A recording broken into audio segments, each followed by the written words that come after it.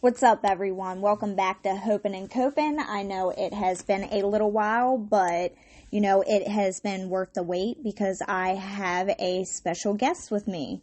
My special guest is someone who has been a part of my life, through the good and bads. We just recently got back into touch, because sometimes that's what life can do, is pull you apart from, family. So tonight I have my cousin Kayla, who is going to share about her experience, strength, and hope of her getting clean. So I'm going to give it to her. Hey guys, so just to give you guys a little bit of, info about me as a person, I'm a very free, wild spirit. I've been like that since I was a kid, a very young kid. I guess you could say rebellious. I just wanted to do my own thing. I wanted to learn life through experiences. I didn't take advice. I just did my own thing. I am also a single mother of 3, and it's very hard. It's been very difficult, but I manage. So, other than that, that's it. And I've dealt with my addiction on and off for 10 to 12 years. So that's a little bit.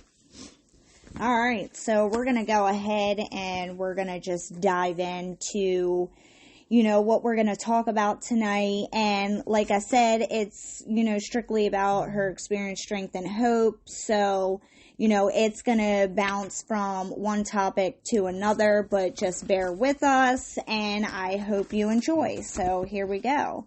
One of the questions that I want to ask you, Kayla, is, what made you want to start this journey and recovery? Well, so that's a little bit of a tricky question, but not really. And I think most people that have been in addiction would say the same. Throughout the years, like before I even got into addiction, I really was naive to it. But all throughout my addiction, I have, really wanted to be sober. I've wanted to be the best version of me. I had a love-hate relationship, and I still do, with my drug of choice, which, by the way, is pain pills, Percocets. I was one of the lucky ones, I guess you can say, is what my brother says, that didn't end up going to heroin, thanks to a couple of my family members. My brother, my cousin Jenny, the one that's doing the podcast, and seeing what they went through, so, but what really made me want to start this journey and really stick with it this time is the fact that I seen how bad that things were getting. I thought I had things under control, and I had got clean, relapsed many, many times, probably over 40, and that's just a low estimate. So this time I just really knew that this wasn't the life I wanted to live anymore and that my kids deserved a better mother. All right, so the next question that I have on here is, how has it been since you got clean? Okay, well, first, because I'm very proud of myself, even though I didn't get no damn 30-day chip yet, but I'm on day 48 today, which is the longest I've had clean time in probably years, since I had my last child, which was 5 years ago.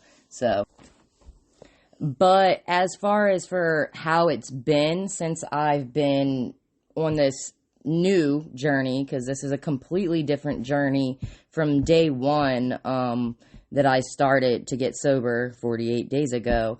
I just felt like something was different, and I knew that I could do it. And but the thing about it is, it's been very, very hard emotionally. It's been hard having to cut people off that I considered my friends while I was in active addiction. I didn't want to do that, but it was leading to more temptations than normal. So it's been an up and down roller coaster because I have a love-hate relationship with my drug of choice, which, like I said, is Percocets. And it's been hard, but every time that it gets hard, instead of me, what I used to do when I would relapse, I would just relapse and not try to reach out, not try to, get any help, not understand. I would just sit with my thoughts until I went and got and relapsed. So it's been difficult, but it's also been very rewarding because now I'm able to do a lot more with my kids. I'm able to take them to Sky Zone if I want and have the energy to jump with them. But it's definitely been emotional to say the least. In the beginning, you said that, it felt different this time. Can you describe exactly what it was that you felt different? Like, would you say that it was more of, a spiritual awakening that happened, or do you feel more so it was on the verge of hitting your rock bottom? That's kind of a difficult question, but I can sum it up pretty good, I think. So I definitely think it definitely had a lot to do with being spiritually awakened. And I had already been spiritually awakened, a couple years ago, and I got clean at that time when I had that spiritual awakening and was clean for a good 5 months, quit cigarettes, went vegan, all types of stuff. But this time, pretty much I was just at the point of I was very sick and tired of being sick and tired. I was spending money that I don't even understand how I got it. And this time I literally just something in my soul was like, you're better than this. And life has so much more to offer than the cycle of, getting sick when I don't have and hitting people up that don't even care about me and giving money to people that are making money off of somebody's, sickness, mental sickness, because that's what addiction is to me. I mean, I'm not saying that it's an excuse. I'm just saying what it is. And so, yeah, it just was something clicked in me. And it's so funny how when we're out there using, I mean, it's not funny, but in the same sense, it is funny. But how whenever you're out there using, how freely money just kind of comes and falls into your lap. And now, like, being clean, like, that's not the one thing that you worry about the most, but it's the most stressful thing at the same time. Oh my God, yeah, like you said, it's not funny, but then again, it's like funny when you put it into perspective. Like, I have a sober app, and it has told me in the past 48 days, because I put an estimate and asked you to estimate of how much you would normally spend a day on your drug addiction, which it varied for me, obviously, but $200 to $250 a day, because I was doing a good bit. And, I don't know how the fuck I came up with all this money and did all this stuff. And now I'm like, oh my God, I got to pay car insurance. And it's like, well, you know what? If I could spend that money, but it said I saved up to this day. Oh my God, I would have to look, but I'm pretty sure yesterday when I checked, it said I had saved $8,000 and something in freaking 48 days. It's pretty insane how to go back and look at the amount of money that can be saved. And then not only that, like, I find myself, like, don't get me wrong, I have a habit of spending money more so than saving money, but every time that I go back and look at my credit card or my, card payments or anything to deal with money it and my stresses you out. Yes, it does stress me out, but then I could spend like you said, it's 200 or whatever, on my addiction, but now I'm having a difficulty of spending $20 on a t-shirt. Right. It's crazy. It's crazy how it switches whenever you're clean and sober of what you want to spend money on and what you don't want to spend money on. So real quick, not to cut you off, Jen, but I just checked my sober app, and my current savings is $9,400 in the past 400 days. I mean, shit, not 400 days. 47 days. So, and that was at $200 being spent a day, which I know that there was times that I spent like 400, but yeah, so, and it also tells you the time that you've saved, and that time I have saved 47 hours of like, not being in addiction, which it doesn't seem like a lot, but it's a lot of time, the whole cycle of addiction and getting it and and traveling and sitting and waiting to get it and all that. So yeah, a lot of time. And that's one of the biggest struggles as well, is time, free time. You know, you have so much free time now when you're in your sober journey than when you were in active addiction, because you're like, okay, shit, like, what do I do now? Like, it's really hard to try to, and that's why, you know, Jenny really tried to tell me, you know, you have to get into these programs, you have to do something different and occupy your mind with, you know, good people that are on the same path as you and stuff like that, because if not, an idle mind will bring you back to the same place before and relapse. It's funny talking about time as well, because, you know, I find it now that I don't have enough time to get everything taken care of that I want to get taken care of, you know. I always set my alarm clock earlier than what, you know, anticipated on getting up at. Like, you know, I always want to get up. I'm going to set my alarm for 6 o'clock in the morning because I'm going to get up so that way I can, you know, get my coffee in, relax, and don't have to rush to get ready. And then my alarm sets off at 6 o'clock, and then here I am snoozing it for 6:30, and then by the time 6:30 hits, I find myself dreading to get out of bed. Then I find myself taking more time to get ready. Then by the time, you know, I have to hurry up and rush. I have to rush to get the kids out to the car, to get to the bus stop on time, to get to work on time. Yeah, you actually have responsibilities, yeah. Like, you know, it's and I just find myself, you know, sometimes struggling with time, which, you know, as much as, you know, I tell people, you know, time management and stuff like that, you know, that's still a big struggle for everyone, which I try to, you know, really, you know, have good time management myself. Okay. The next question that I want to ask is, what is the hardest thing you have to face day to day?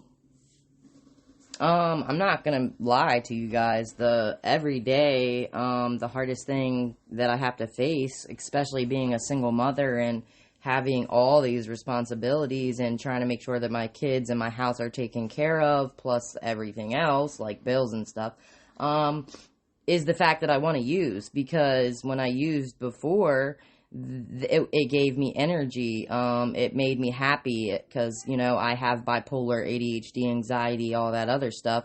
And so to me, when I used pills, it made me happier, made me clean more. It made me play with my kids more. So I thought it was like a good thing, you know, but, yeah, so that's pretty much the hardest thing, but it's also staying away from the people that I once called my friends that are still in active addiction, because half of me wants to be there for them and try to get them help and support, but I also know that I can't do that for them, because many people have tried to help me throughout my years of addiction, and it wasn't until I got to the point. I didn't want to hear shit anybody had to say, because I was, you know, in my addiction, and you know, so there's a couple of different hard things, but that's mainly the thing, is just, you know, I still struggle daily, you know, even 48 days later, with the fact of my brain is telling me that I want this stuff, especially if something wrong happens or bad happens or whatever, or if I'm having a stressful day. So,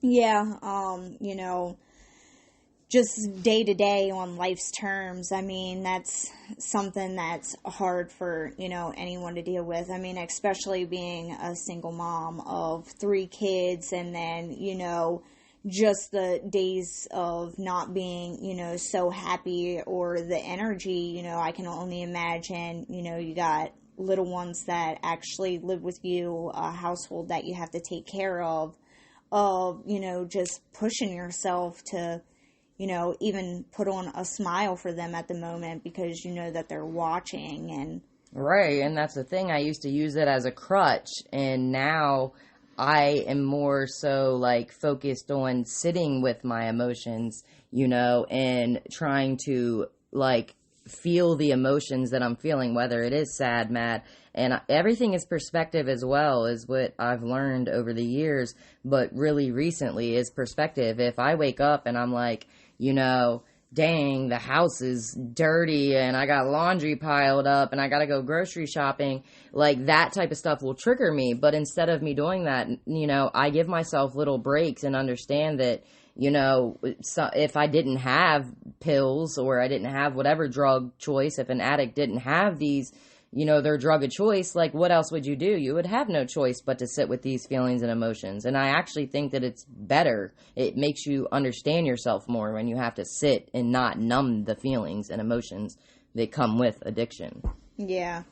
It's definitely, like, as time goes on, like, it's definitely better to try and sit and, feel emotions that, come up and stuff like that. And honestly, like, talking on the topic of emotions, I'm kind of glad that it came up because this has been hitting me, for a couple of days now because, just the emotions that I have been feeling, and stuff like that. And, like I have said before, my higher power is God, and, and everybody's higher power is a little bit different, but, I have these conversations with, my God to my understanding, and, it was kind of like me asking him questions like, why do I have to feel all these emotions that I feel? Like, why do I have to, go through all these things and, feel sad or, sometimes when I'm like overwhelmed, like, but I'm like happy,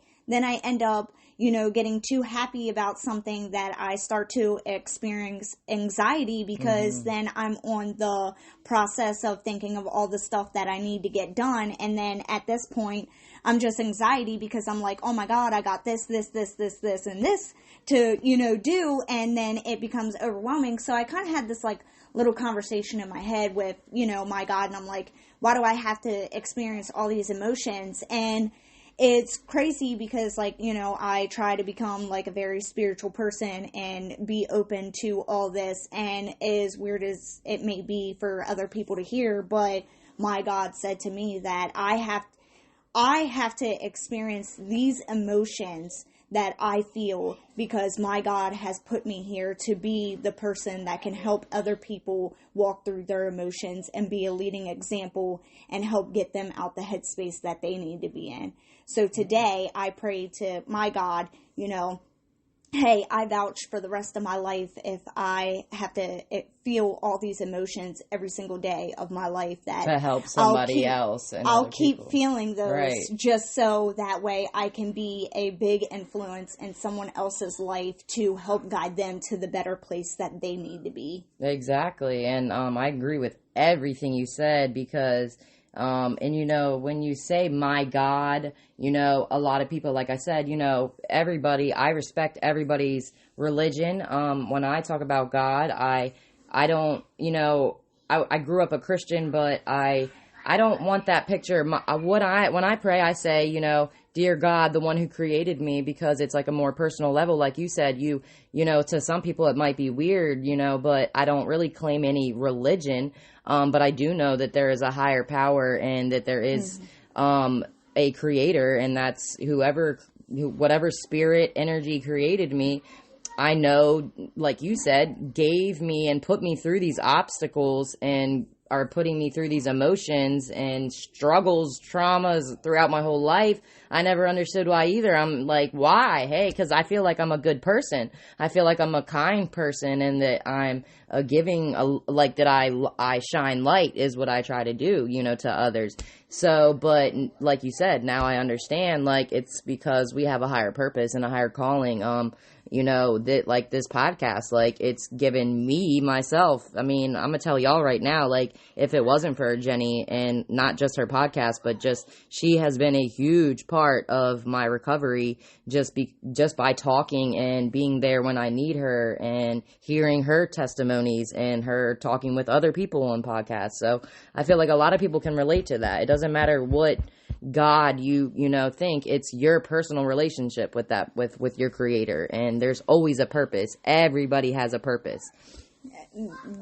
Yes, everybody does have a purpose, and it comes in many different shapes, sizes, and forms of whatever, their purpose is supposed to be. And, I heard this saying one time that said, everyone has a purpose within their self. It's that the blessing doesn't reveal itself until you are, capable of being that person to handle that blessing in that moment, because sometimes people can get blessings and they can abuse those blessings that no longer is a blessing to that person. Exactly. And a lot of people, what like I realized is that, I wasn't learning the lessons that I needed, that my God, my creator needed me to learn. And I'm like, why am I keep going through this? Like, I'm trying to get clean. Like, every time I relapsed, like I would feel like a failure, because I'm like, God, I'm trying, and I've done this over 50 times now, and I want to get clean and I want to live this life. But, I still had lessons that I had to learn, and I'm still learning, obviously. It's a continuous learning journey, but, and everybody learns at their own pace. So don't ever and always go within. That's just one thing I want to say. Always go within. Like, don't go off of what other people say. Get advice and listen to other people's, mindsets on things, but don't absorb it. Take what resonates with you, but always go within. Talk and have your own relationship with your creator and, yourself, because that's what matters most. Like, because everybody's journey is different and it's going to go about different. So I just wanted to say that. That's actually funny that, you just touched on the point of, like, constantly going through the same thing until you find, the lesson that you're supposed to learn in that situation. Actually, today I posted on Facebook, it was a meme that said, my God keeps putting me through the same situations until I learn my lesson. And I have stated many of times, that is the biggest thing that I understand that, that has been delivered to me multiple times is, I'm going to keep on putting you back in the same exact situation until you learn the lesson from that situation. And regardless what that lesson is, it could be a lesson of, finding the emotions, how to deal with those emotions that come up, or, finding out, something new about yourself, or what learning you should. How to be with different friends that elevate you instead of, just certain situations, like all together. Like, I've actually looked at, this before in the past as, man, I kept on being in the same exact relationship with different people, but having the same exact thing happen. And it was because you didn't learn your lesson, and so you kept going for the same type of people. And it's like, God will put you in those situations.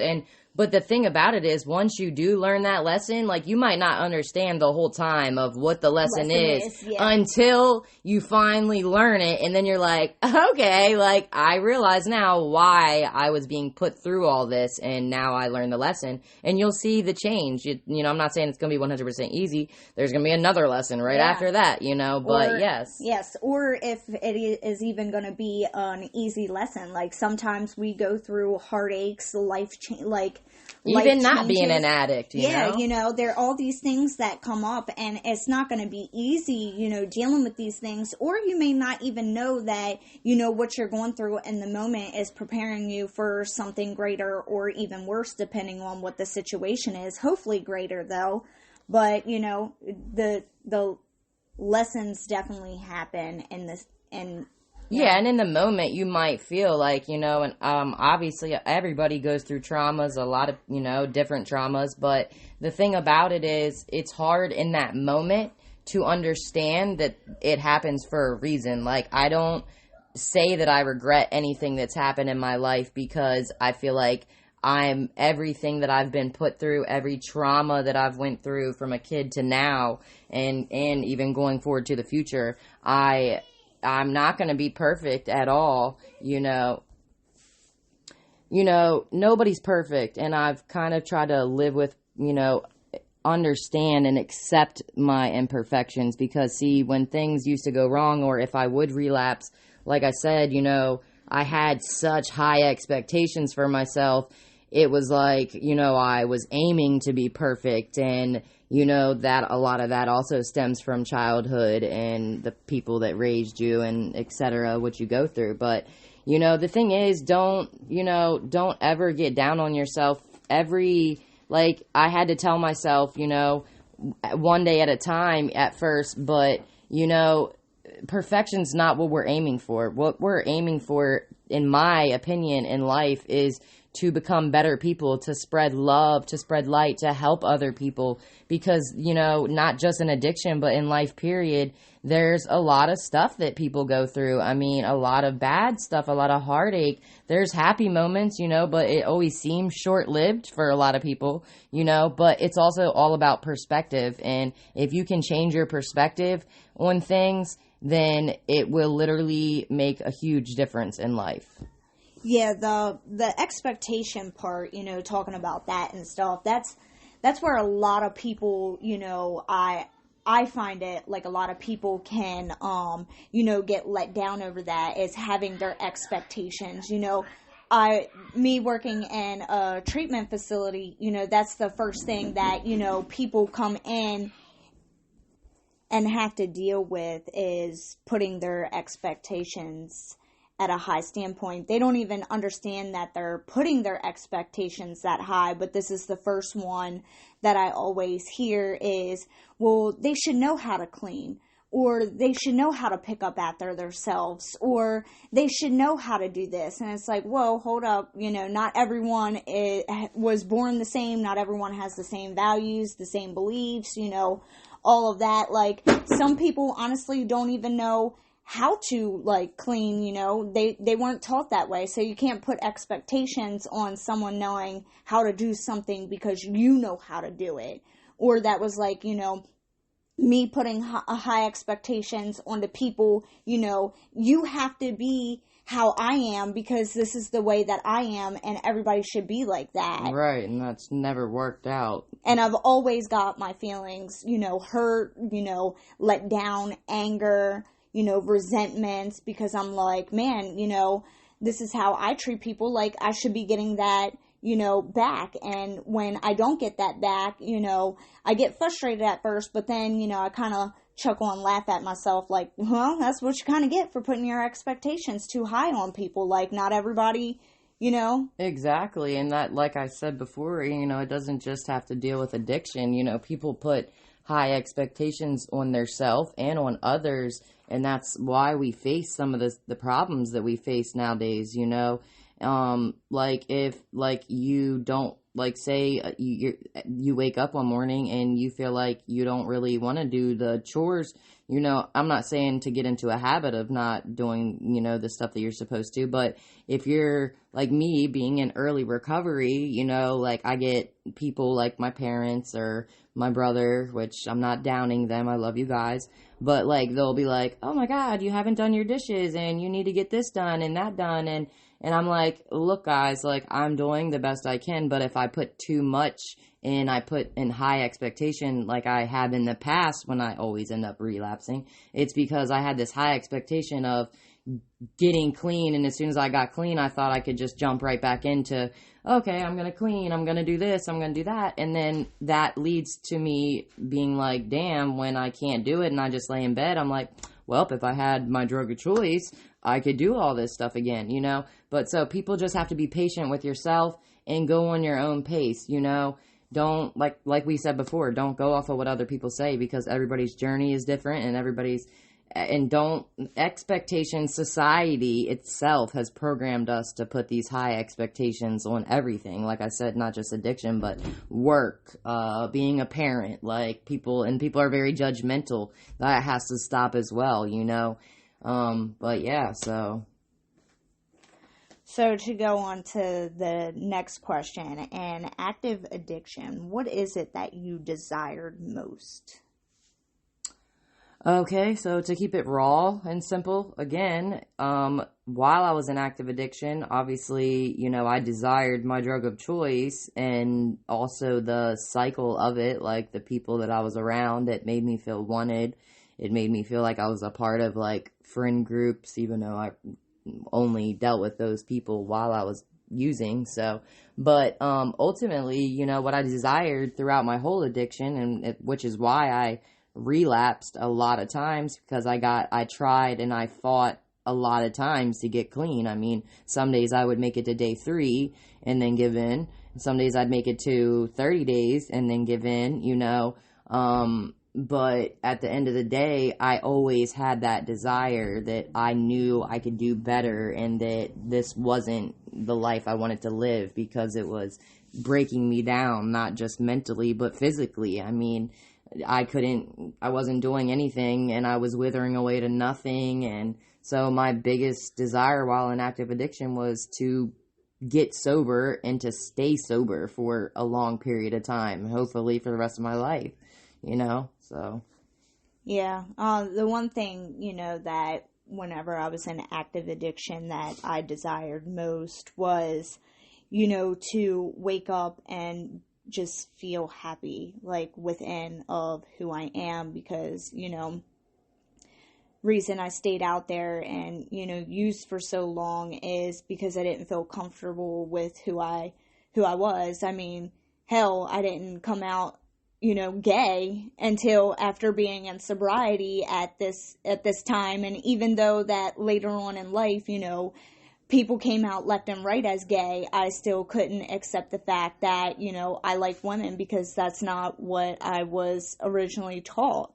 And not only that, but, and correct me if I'm wrong, but like, you know, when people are in an active addiction, they mask a lot of who they truly are. You know, they don't want to deal with those problems and that pain or the real emotion. So then they don't even think about it and they don't even know who they really are. So yeah, I agree. That's another thing that I wanted to find out who I truly am without this crutch of a drug that I've used. Yeah. It was definitely, you know, the fact, I didn't know who I was or what I liked, but I knew that, you know, in the back of my mind, you know, that, you know, it was leading more towards that. And, you know, I'm just glad that as time went on, I became comfortable with finding out who I was, what I liked, and, you know, all of that. Another thing, you know, about being what I desired the most when I was in active addiction is honestly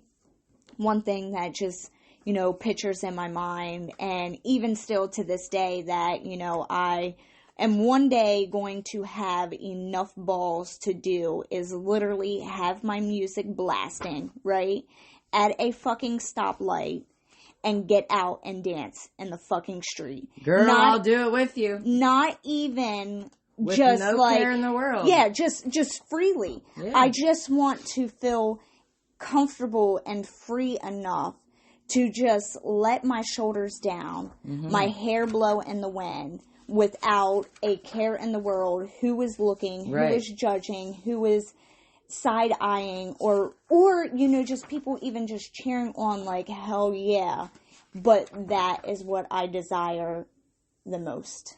Same is, and because, you know, from the time that we were born, you know, it's been taught to us and programmed through, you know, movies, music, blah, blah, blah, you know, and even now on social media, it's even worse, you know, people get bullied for just being themselves, you know, which is why I try my best now to live every day like it's not only just my last day here on earth, but it's like, who cares? Everybody's different. Everybody's unique. And if you know, want to get out of the car and fucking dance, like, and people, the ones that are looking at you crazy and judgmental, they are the ones that probably need to work on themselves, like, you know, so, but yeah, that's what I'm working on as well, you know. Whenever I was driving today, it probably wasn't the most safe thing. I was, you know, dancing as I was driving, but, you know, I used to stop as soon as a car would pull next to me, and I'm like, now I'm like, okay, yeah, hey, I look at them and I smile and I'm like,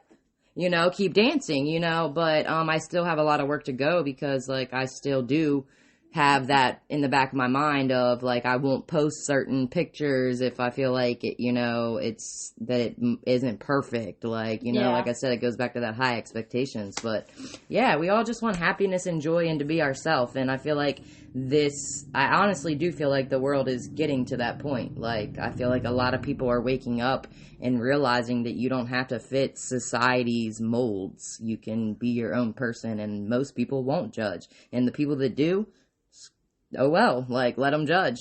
Yeah.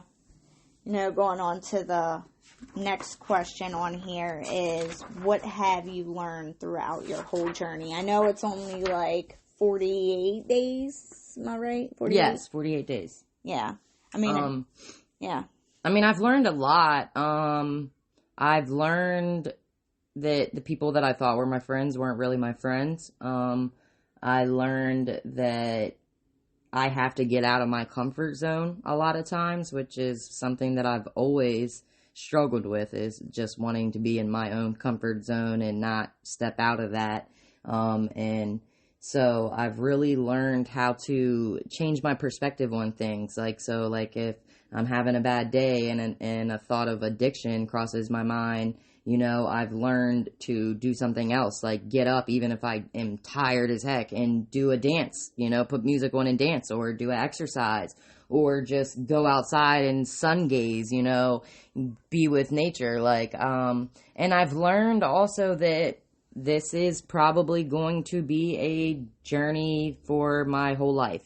You know, I am probably going to have to fight for the rest of my life.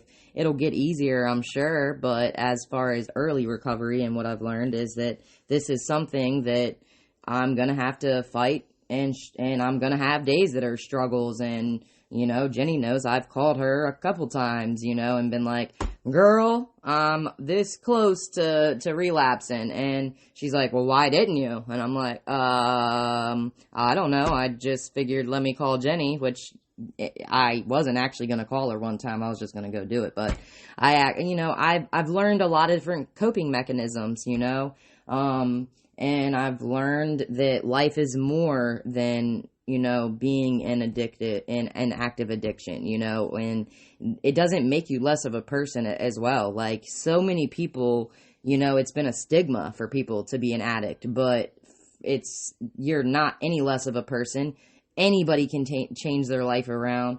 And even if you are in active addiction still, like, just know that there's people that are here to talk to you without any judgment. So I guess I've learned a lot, you know, but to sum it up, that's pretty much what it is, you know, be that helping hand for somebody else, and understand that this is something that you're gonna have to put your all into, you know, because it's a battle, you know, because when you have something so easily accessible, you know, whatever the drug of choice is, it's so easily accessible, you know, that when things get hard and you don't want to deal with it and you want to escape reality, it's like, boom, I can get that if I want. But, you know, so I've really learned that that's something that's gonna happen throughout my whole life. So am I gonna keep going through addiction over and over again and relapsing over and over again, even though, and like I said, if you relapse, like, I used to get really down on myself about it, but now I'm learning, and I hope I pray that I don't, and I don't see myself ever relapsing. But now I've also learned that if I do relapse, not to spiral out and not reach out to anybody, but to reach out and be honest to whoever, your sponsor, whoever you're closest with, which honestly for me is Jenny, just because we could go through a whole story about that. That'll be another podcast, but,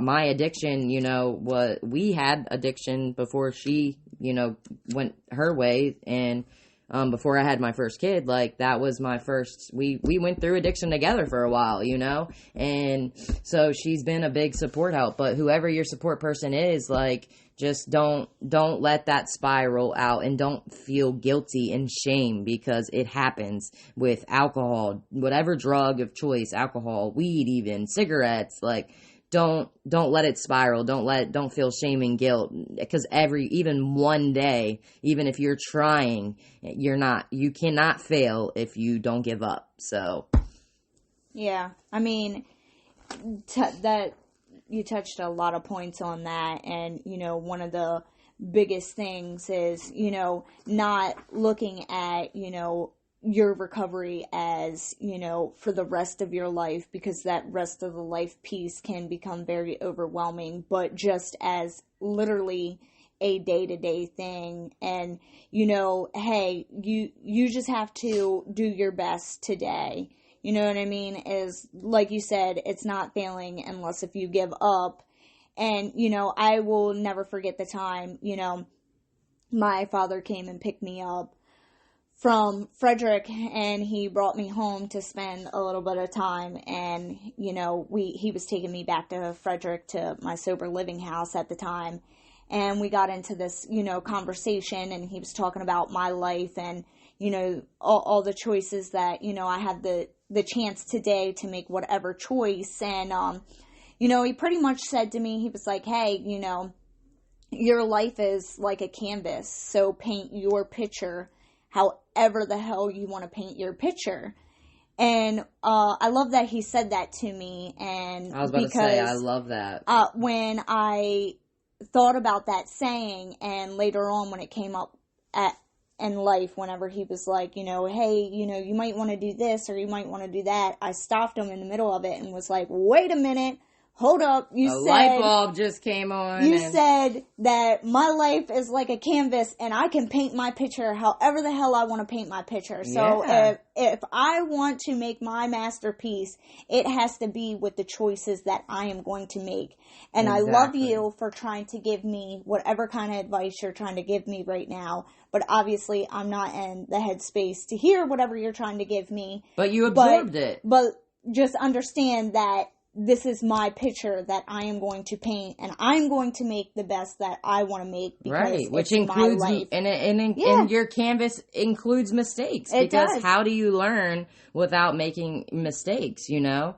So that I love that, the paint the canvas thing, because it also puts that image in your mind, you know, whenever you, at any point, like, but during hard times, if you know, it put, just like you just saying it right now, like, put it in, and it's like, wow, I'm not good at art, but I'm literally creating my own canvas, you know, and, you know, because life is short, you know, but it's what you make it, and it's the downs and the ups, and you can't appreciate the highs and the happiness and the joy if you know, don't ever go through mistakes or traumas or whatever. So, like Jenny said, create and paint your own canvas however the fuck you, sorry for the language, however you want to paint it, you know. Create it, you are the master of your own world and your life, you know?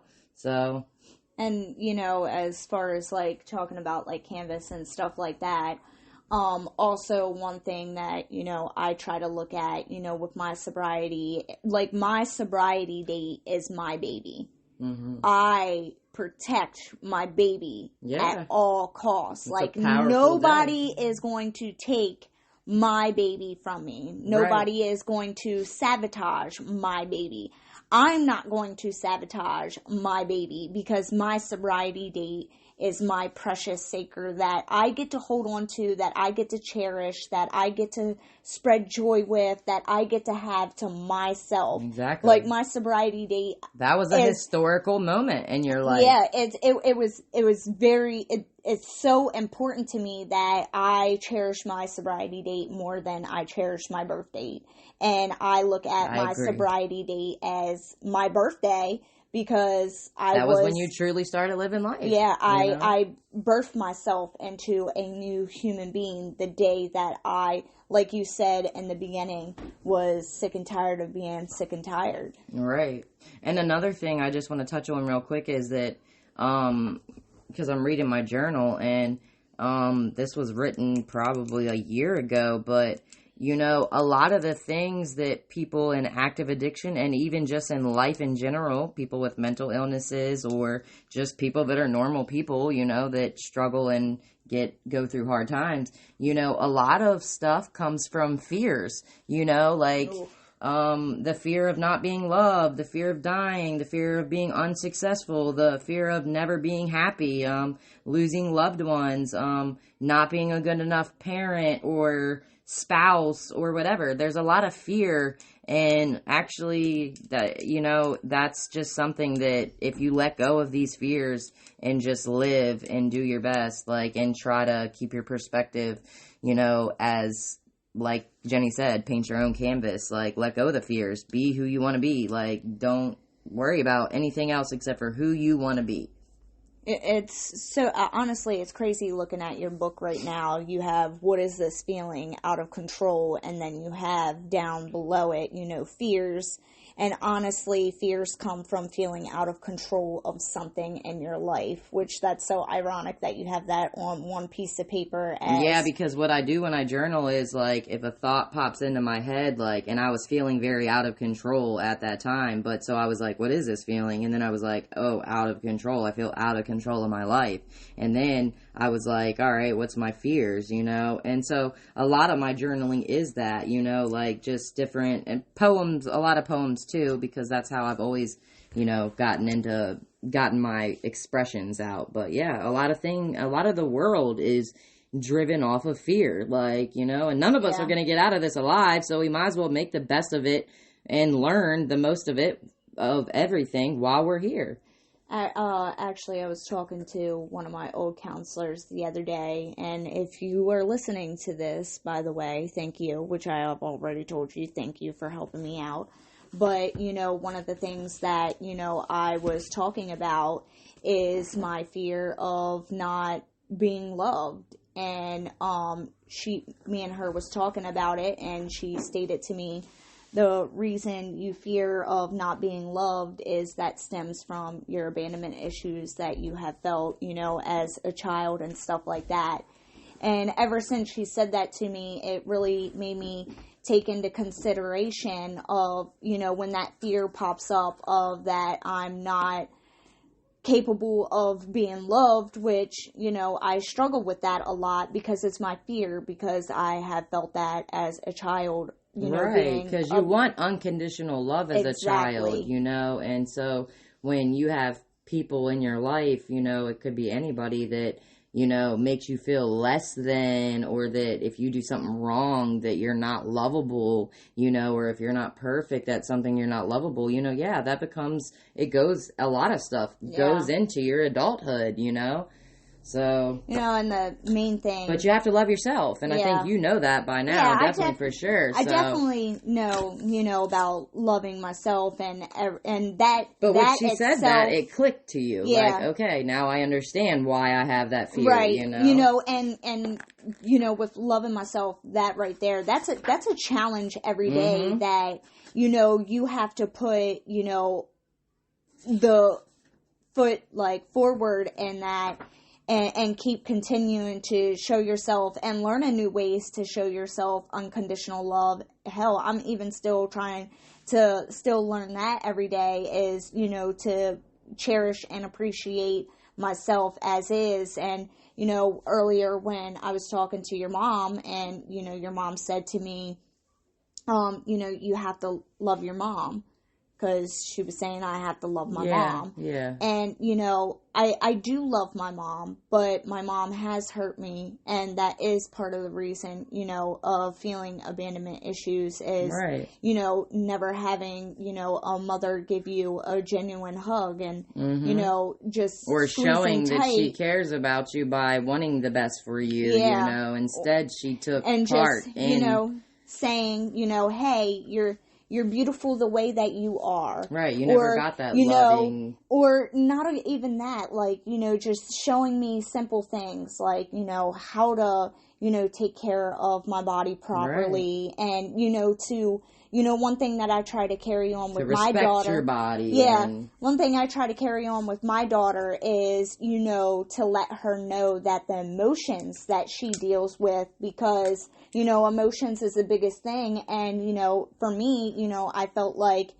we never shared that in our household. We never shared, I'm angry or I'm sad or anything like that. We never communicated about it. Yeah, it was left to be dealt with on its own. So it didn't take me until, getting clean this time to even understand what emotion was. Right. And how that emotion felt or anything. Where it stemmed from. Yeah. And so when you really do, it's like a light bulb goes off in your head and it's like, okay, now you can make that difference, Yeah. And same thing with my kids, I think you might have been downstairs when I told, my mom, it's like, I love that you guys give me advice, but you guys are sitting here critiquing me about, staying sober and how I need to keep my house clean and, how I need to do this with my kids and I need to beat them more. And I'm sorry, but my parents one was mentally abusive and one was physically, mentally, all emotionally abusive. I didn't get that either. So, now that I'm sober and, even when I was in active addiction, I still always tried to show my kids love, singing them goodnight songs and all of that. But yeah, because I understand now how much your childhood affects the choices you make and the way you feel about yourself growing up. So yeah, I mean, it's a very important part. Yeah. I mean, definitely, like, about speaking on the parents, everything else, like, for the longest, I wasn't able to forgive my father because I thought he could have been a better father than what he was, is, actually listening to part of his story to see how he grew up. Mm-hmm. And it made me come to a whole different understanding when I heard how he grew up, to know that how could he have done better if he didn't know better. Exactly. And the same thing, I mean, me and your mom are sisters, so, and I know that you're eventually going to get to the point where you forgive your mom, but she has done a lot of hurt. I've been around for some of it, a good bit of it. So but they lost their mom at 7 years. My mom was 7. I'm not sure exactly how old your mom was. I think they're only a couple of years of difference. So they lost their mom very young, and then they had an abusive father. Right. So I try, just like you said, I try to understand their stories and how could they do better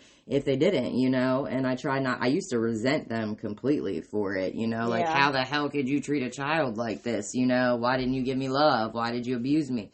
But it just makes you understand, like, I'm sure my kids one day will be like, Mom, why didn't you do this better? Or, this hurt me in this way, especially with me being in active addiction for a while and their father. So, but I'm never gonna not, the one thing I hated about, my parents is that they never acknowledged the pain and when I would talk about it to them, Yeah. So, and sometimes you have to be okay with that. Yeah. I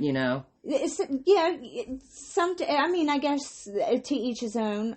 You only have to tolerate what you want to tolerate. You know what I mean? Oh well, I'm not saying that you shouldn't distance yourself from because if somebody is not good for your life, no matter if it's a mother or father, cousin, sister, whatever. I mean, like Jenny said, me and her were away. She knew. I didn't know that she knew all the time because I thought I hit it pretty good, but she was already an addict. So like she knew. So we kept our distance for a long time, and she even told me in the beginning of my sobriety, she's like, look, girl, I ain't trying to be mean. I hope you don't take this the wrong way, but I can't start hanging out with you again until I know you got some sober time under your belt. And I told her, I completely understand because I would be the same way. I don't want to carry that to somebody else. Like sometimes but you have to keep distance from people. It doesn't, and you could love that person with all your heart, know, but you distance. just don't have to tolerate, I mean, that goes like for my husband, what I've dealt with. I've been, just a little background real quick. I was married. I'm married. I've been married for 6 years in April, and I was with this boy since I was 12 years old, but I went for him because he was like my dad. I didn't know it at the time until I went through therapy, but, he was exactly like my dad. Everything I did was wrong. He was right about everything. I was a dumb ASS. He was controlling, abusive emotionally and physically, and I kept going back and back because I thought that's what love was, because that's what I was shown, but, I still love him to this day, but I told him, like, look, I'm sorry, but I have to keep you at a distance. I will love you forever, but we're not good together and you're not making good decisions, and it is what it is. You have to do what's best for you at the end of the day. Exactly. You just only have to tolerate whatever you want to tolerate, and, for the rest, you're more than capable of moving on or letting, someone at a distance, whatever that may be for you. Right. And, you know, like, I don't know what my mom exactly said to you. Like, I know that you said that she said you need to love your mom. It's not that you don't love your mom, but you also know that she's still not living the right lifestyle, for one. And it's going to take you your own time. And this goes for anybody listening to this. Everybody comes to the point where you will forgive. And even if you do forgive, it doesn't mean that you have to, and not only that, but it doesn't mean that you have to have that person back in your life. Because, exactly. You know? Yeah, you could forgive someone and them not be a part of your life. But don't ever let somebody say, well, that's your mom, so you have to, have them in your life, or that's your brother, No, you don't. You have to have people that want the best for you in life and that are good for you, and it is what it is. And hopefully it's unfortunate when it's somebody you love and care about that much, but, you have to do what's best for you. I mean, that's just kind of why I keep, the way that I parent my daughter is, I do exactly what I wanted as a child. And Same. It may not be, exactly what she needs. And hopefully, she understands that she has a voice and is capable of sharing her needs with me. But, there's times that I get frustrated with my kid, and instead of having a conversation, I kind of flip out in the moment. Like, I'm like, why would you do this? Yeah, same. And, I get a little bit hyper in that moment. And then you probably process it. And then once it's like silence or whatever else, and I'm like, damn, man, why did I have to react like that? Right. I am, I don't want to say strong enough, but I take into consideration of how I just came off, and I understand that in that moment, like, damn, I just hurt her feelings, right. And I come back to her. We're learning still as parents, and that's what I teach my kids. I'm like, I always tell them, like, look, if I'm not doing something or I hurt your feelings in some way, communicate that to me, because I might not know, because like I tell them, I'm still learning as a mother, as a person. I said, and I will forever, I'm not going to be this perfect mom. But yes, that I do the same thing. I try to give my kids the love that I didn't get. I try to do things different. That's why a lot of people are like, you need to beat your kid's butt. And I'm not saying I've never but I definitely don't beat them to hurt them. I tap them, love tap them. And even that, like, they start crying because they know that I'm serious, when I get to that point. But communication with kids, they are way smarter than what.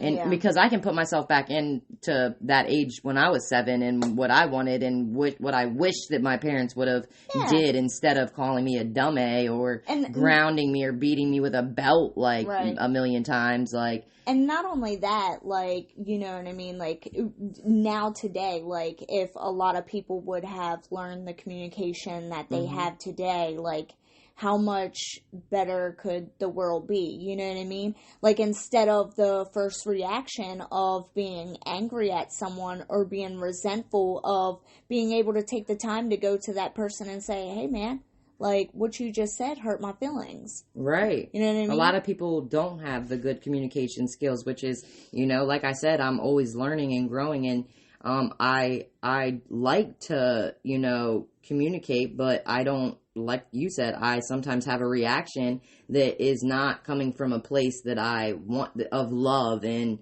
caring. And so you have to learn those coping mechanisms and how to catch yourself, and it'll become easier, and eventually it'll become a habit, just with addiction, So actually, as a child, I really didn't know how to, deal with emotions or express, myself in a good way, because I always suppressed myself, because I was kind of scared to communicate with someone how I felt, because I didn't want, to irritate them or make them upset or, even hurt their feelings. So, even this for me is, if I don't communicate, what I do is I end up shutting down. I build. And then what happens is then I ended up exploding, or, I end up shutting internally exploding, really exploding. And you've seen my episodes multiple times of exploding, or even,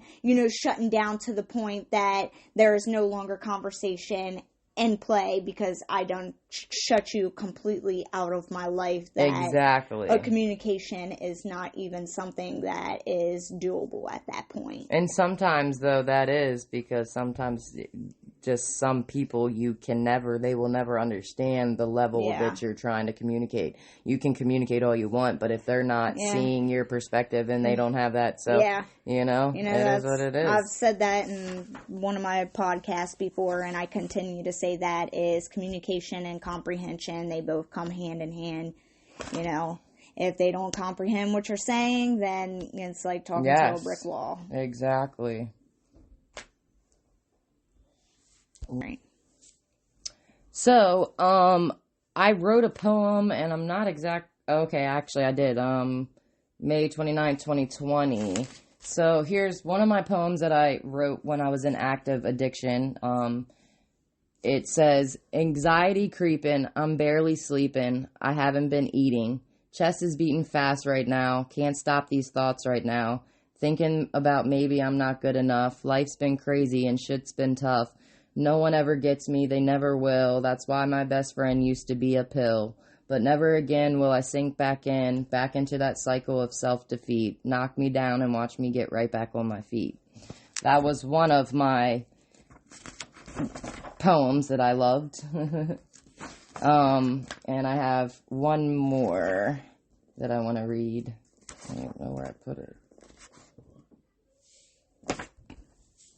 Okay, so this one's just a short one. I think this was like a on the go whenever I was having my anxiety episode. I didn't go full in, but here's another one. I'm battling this addiction. I'm straddling between life and death. Which way do I go, God? Is it right or is it left? Please tell me there's an end to all this pain, 'cause I've been fighting not to go insane. This battle has been a long one, but now I'm just ready to really be done. So tonight we are going to end it on those poems. Tune in for the next podcast to come about. Also, make sure that you go to hopingandcoping.com because we have merchandise that is up for sale. And I gotta order it ASAP. But thanks for listening, guys. I hope that most of you guys can relate. Early recovery has definitely not been an easy thing that I've gone through, but life has been way better. And like I said, I still have my hard days, and I'm sure there's going to be more hard days to come, but I'm just learning to navigate more through it. And it's definitely just so much better not having to go through the cycle that I was going through. And also, I know Jenny probably says this in her podcast, but if anybody wants to talk one-on-one, if you're in active addiction, if you're in early recovery addiction, anything at all, or just not even an addict at all, if you want to reach out, Jenny can give you my information, and I'd be willing to talk to you guys as well about anything. All right. Have a good night. Peace and love.